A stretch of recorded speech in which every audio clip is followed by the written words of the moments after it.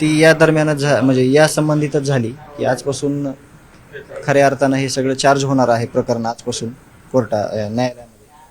आणि इथून पुढं ज्या काही गोष्टी होणार आहेत ते सगळे आम्हाला काही जे मागण्या केल्या होत्या म्हणजे वकील साहेबांना त्या मागण्यांची पूर्तता त्यांना केली जाईल.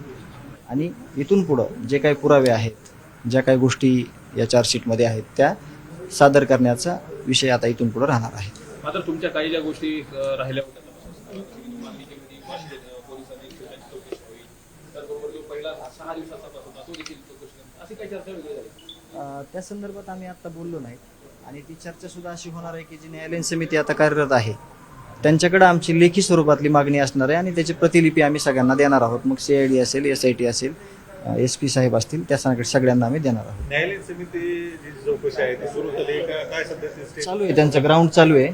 त्याच्यामुळं आता इथून पुढं लवकरात लवकर ह्या सगळ्या गोष्टींची ते चौकशी करतील.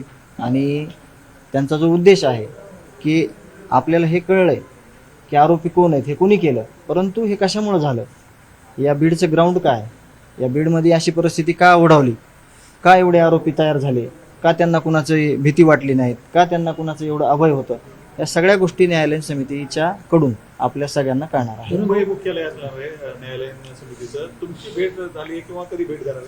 आता आमचं साहेबांसोबत बोलणं झालं की आम्हाला याच्यावर आता ह्या सगळ्या प्रकरणावरची सविस्तर चर्चा करायची शिष्टमंडळाला आणि मला त्याचा वेगळा वेळ आम्ही साहेबांकडून मागितला आहे. ते लवकरच आम्हाला ते कळवतो बोलले.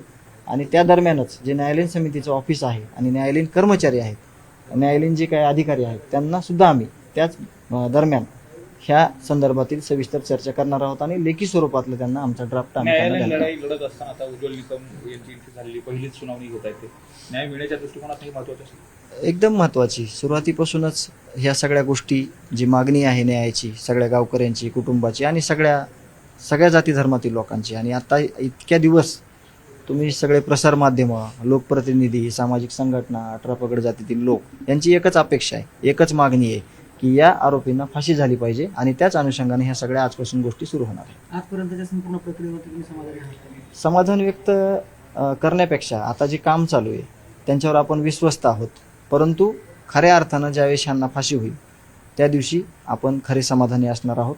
कारण का आता ही प्रोसेस आहे ती चालणार आहे आणि आपण पुढं काय होतंय आज सुनावणी दरम्यान काय झालंय ते खऱ्या अर्थानं ते झाल्यानंतरच आपल्याला आजपासून कळेल. मात्र जेलमध्ये VIP ट्रीटमेंट मिळत होती अशा पद्धतीने देखील आरोप करतात. त्या संदर्भात काय तुम्ही जी माहिती अधिकारी त्याची माहिती मिळाली नाही, त्यांनी दिली नाही माहिती. आणि आपल्याला प्रत्येक गोष्ट एवढी जिकिरीची आहे. न्यायाचा लढा इतका सोपा नव्हता. अजूनही आपल्याला भरपूर आव्हानं आहेत. त्या आव्हानाला पेलून आपल्याला ह्या सगळ्या गोष्टी करायच्या आहेत. तर कशामुळं आपल्याला तो अहवाल भेटला नाही त्याची सुद्धा आम्ही लोकप्रतिनिधीमार्फत आम्ही त्यांना विनंती करणार आहोत की आम्हाला तो अहवाल लवकरात लवकर मिळावा.